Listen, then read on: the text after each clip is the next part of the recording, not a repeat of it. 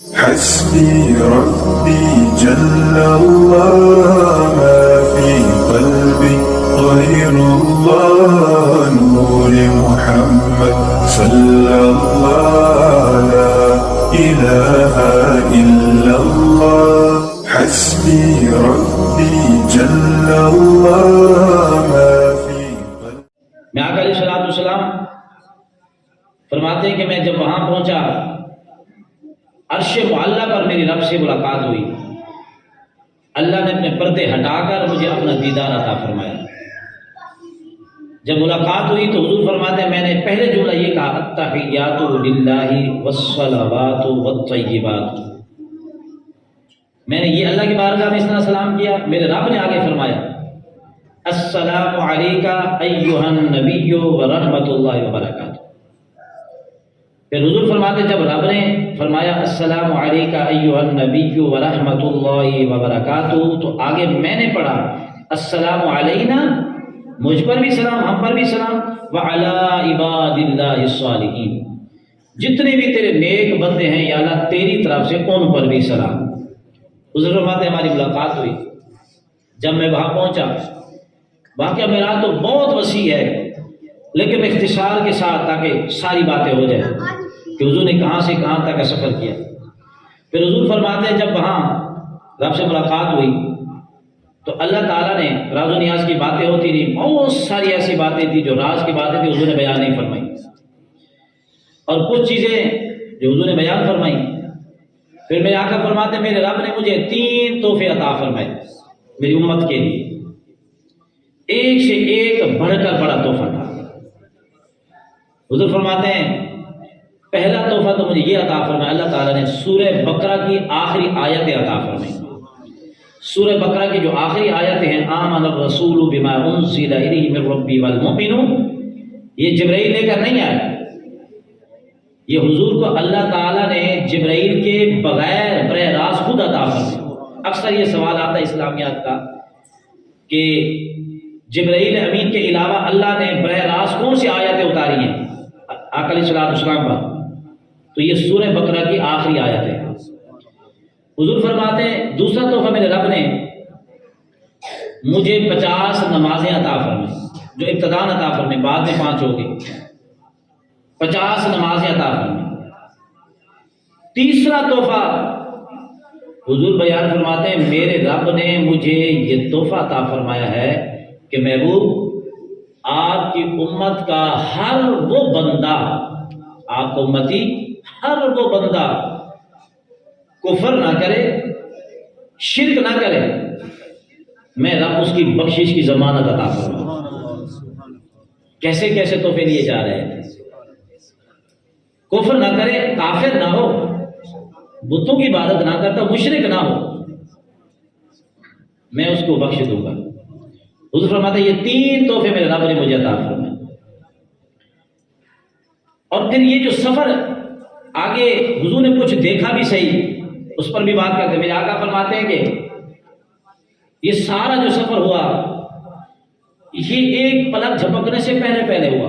حضور کا مکہ سے روانہ ہونا، مدینہ، طور سینا، بیت لام، مسجد اقصی، پھر آسمان کا سفر پہلا، دوسرا، تیسرا، چوتھا، چھٹا، 7واں، پھر عرش سدرۃ المنتہا، پھر عرش معلیٰ، رب سے کلام، جنت دوزخ کا معائنہ، لوح قلم کرسی ہر چیز دیکھنا، بہت سارے سوالات، راز و نیاز کی باتیں. یہ تھوڑے سے وقت کے اندر یہ سب کچھ ہو گیا، معمولی سے وقت کے اندر، پلک جھپکنے سے پہلے. اس لیے اب اگر ہم عقل سے سوچیں پلک جھپکنے سے پہلے تو بندہ ادھر سے ادھر تک نہیں جا سکتا. یہ تو ہماری طاقت ہے کہ ہم نہیں جا سکتے. جب رب فرما دے کہ میں کر سکتا ہوں پھر تو ہمیں ماننا پڑے گا. یہی سوال حضرت خواجہ پیروں کے بڑے پیر خواجہ سلیمان توسوی پیر پٹھان رحمۃ اللہ تعالی، یہ سوال ایک بندے نے آ کر کیا کہ حضرت یہ واقعہ معراج یہ عقل سے باہر کی بات ہے، یہ سمجھ میں نہیں آتا، پلک جھپکنے سے پہلے پھر یہ سارا سفر ہو گیا، یہ کیسے ہو سکتا ہے، یہ ممکن ہی نہیں ہے. آپ نے فرمایا اچھا آپ کے پاس بہت سارے لوگ بیٹھے تھے، ایک بندہ بیٹھا تھا اس کے ہاتھ میں بندر تھا، بندر کی رسی تھی، وہ بندر نچاتا تھا۔ آپ نے اس کو بلایا، فرمایا اپنے بندر کو ادھر چھوڑ دے، ادھر میری بات سن۔ آپ نے اسے فرمایا کہ آپ کے پیچھے کھڑکی تھی، فرمایا اس کھڑکی سے اندر داخل ہو جائے۔ وہ بندہ کھڑکی سے اندر داخل ہوا، جو سوال کرنے آیا تھا وہ بھی بیٹھا ہے سامنے کہ معراج کیسے ہو سکتی ہے، یہ سفر سیکنڈوں میں یہ کیسے ہو سکتا ہے۔ آپ نے اس بندر والے کو کھڑکی سے اندر بھیجا، جب وہ اندر داخل ہوا تو کھڑکی بند ہو گئی۔ وہ اندر گیا، اس نے دیکھا کہ نیا جہان ہے، نئی دنیا ہے، خوبصورت علاقے ہے، سبزہ ہے، ہر طرف ہریالی ہے، باغات ہے، باغیچے ہیں۔ وہ کہتے میں وہاں گیا، مجھے کئی کلے زمین مل گئی، میں نے وہ زمین کاشت کی، کئی سال تک میں وہاں رہا، زمین کاشت کی، کئی فصلیں کاشت کی، میں نے وہاں شادی کی، میرے بچے ہوئے، بچے بڑے بھی ہو گئے، پھر میں نے بچوں کی شادیاں بھی کر دی، اور مجھے وہاں کئی سال گزر گئے۔ جب اس جہان میں داخل ہوا، کہتے میرے بڑے بچے ہو گئے، پھر ان کی شادیاں ہو گئی، ان کے آگے بچے ہو گئے، اور میں وہاں کھاتا پیتا مزے کی زندگی بسر کر رہا تھا۔ وہاں میں چلتا چلتا پھر میں گزر رہا تھا، مجھے پھر وہ ایک کھڑکی نظر آئی، میں نے سوچا اس کھڑکی سے میں اندر آیا تھا، اب ذرا جھانک کر تو دیکھوں باہر کا جہان کیسا ہے۔ وہ کہتے جب میں نے وہ کھڑکی کھولی پھر وہی میں باہر آ گیا۔ جب باہر آیا اسی طریقے سے خواجہ سلیمان توسوی بیٹھے بھی ہیں، اسی طرح اس بندے کا بندر بھی بیٹھا ہے، وہ سوال کرنے والا بھی بیٹھا ہے۔ آپ نے پوچھا کہ اے جو اندر گیا تھا بتا کتنا دیر لگا کے آیا ہے، بار بار اسے پوچھا بتاؤ یہ کتنی دیر لگا کے، انہوں نے کہا حضرت یہ ابھی گیا آ بھی گیا ہے۔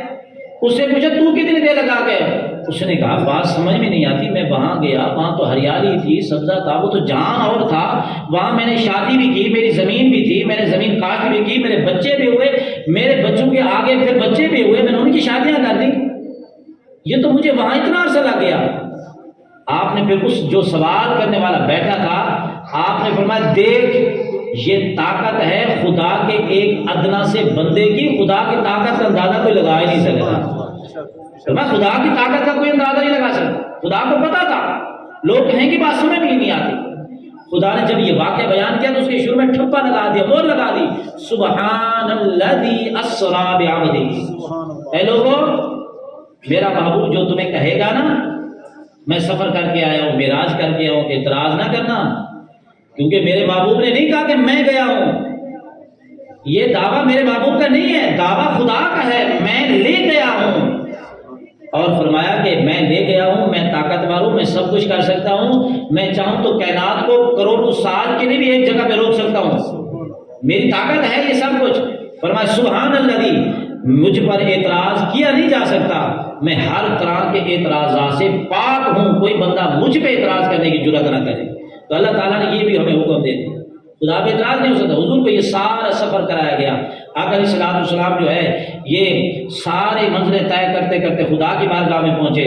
پھر حضور نے کچھ دیکھا بھی صحیح، حضور فرماتے میں نے دیکھا جو چیزیں میں نے چند دیکھی، فرمایا میں نے دیکھا کہ کچھ لوگ ایسے ہیں، حضور کو جو تحفہ ملا نماز کا تحفہ ملا، یہ بھی آپ نے علماء سے کئی بار سنا ہے، واپس ہے موسیٰ علیہ السلام سے ملاقات ہوئی، واپس گئے، آتے جاتے رہے، 45 ختم ہو گئی، 5 نمازیں رہ گئی۔ رب نے پھر یہ بھی اعلان فرما دیا، فرمایا محبوب نمازیں تو میں نے کم کر دی ہیں، 50 کی جگہ 5 کر دی ہیں، لیکن میں نے ثواب کم نہیں کیا، آپ کی امت 5 پڑھے گی، میں رب ثواب 50 کا عطا فرماؤں گا۔ پھر حضور فرماتے میں نے دیکھا کچھ لوگ ہیں ان کے سر کو پتھر سے کچلا جا رہا ہے، بہت بڑا پتھر ان کے سر پہ مارا جاتا ہے، سر ریزہ ریزہ ہو جاتا ہے، کچلا جاتا ہے، پھر وہ ٹھیک ہو جاتا ہے، پھر پتھر مارا جاتا ہے، پھر سر کچلا جاتا ہے۔ حضور فرماتے میں نے جبرائیل سے پوچھا یہ کیا ماجرا ہے، کن لوگوں کو مارا جا رہا ہے، یہ سزا کن لوگوں کو دی جا رہی ہے؟ جبرائیل امین عرض کے یا رسول اللہ یہ آپ کی جو امت کے بے نمازی لوگ ہیں یہ ان کو سزا دی جا رہی ہے۔ اسی لیے حضور نے بار بار فرمایا میری امت نماز کا خیال ہے، نماز سے تمہیں رب کا قرب ملے گا، نماز تم پڑھو گے میری آنکھوں کو ٹھنڈک ملے گی، میں قیامت کے دن تمہاری شفاعت کروں گا، نماز پڑھنے سے تمہارا میرا رشتہ مضبوط ہوگا، تعلق مضبوط ہوگا، تم میرے قریب ہوو گے، رب کے قریب ہوو گے، رب تمہیں اپنا دوست بنا لے گا، رب تمہارے پر رحمت نشاور فرمائے گا، اور کچھ تمہاری زندگی کے اندر اس کی رحمتیں برسیں گی، کچھ رحمتوں کی ضرورت میں قبر میں ہوگی وہاں برسے گی، کچھ رحمتوں کی ضرورت میں حشر میں ہوگی وہاں برسے گی۔ فرمایا کہ جو بندہ بے نمازی ہوتا ہے اس پر 15 قسم کی سزائیں نازل ہوتی ہیں۔ کچھ سزائیں فرمایا دنیا میں، کچھ سزائیں قبر میں، کچھ حشر میں۔ اور جو نماز پڑھتا ہے فرمایا وہ دنیا کی سزاؤں سے بھی بچ جاتا ہے، وہ قبر کی سزاؤں سے بھی بچ جاتا ہے، وہ حشر کی سزاؤں سے بھی بچ جاتا ہے۔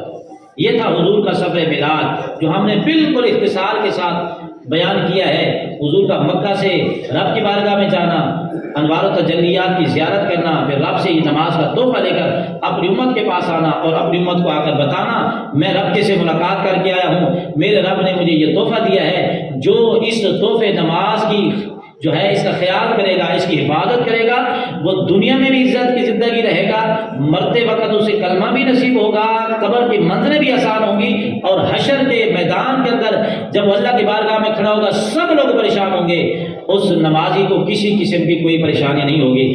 جو حضور تحفہ لے کر آئے نماز، اللہ تعالیٰ ہم سب کو اس کی حفاظت کرنے کی توفیق عطا فرمائے۔